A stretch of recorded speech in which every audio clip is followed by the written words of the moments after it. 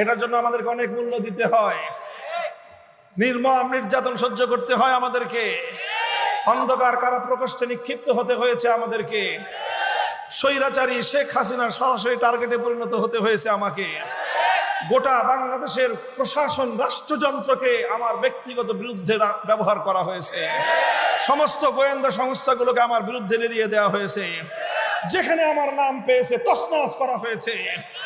আমার মাদ্রাসা, বাবরি মসজিদ মাদ্রাসা 1 বছরের জন্য সিলগালা করে রেখেছে, মাদ্রাসার ছাত্র শিক্ষক যা পাইছে সব ধরে নিয়ে গেছে।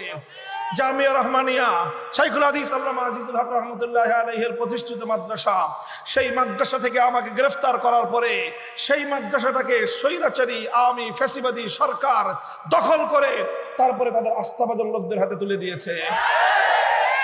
অনেক মূল্য আমাদেরকে দিতে হয়েছে, এই সব মূল্য আমরা দিয়েছি।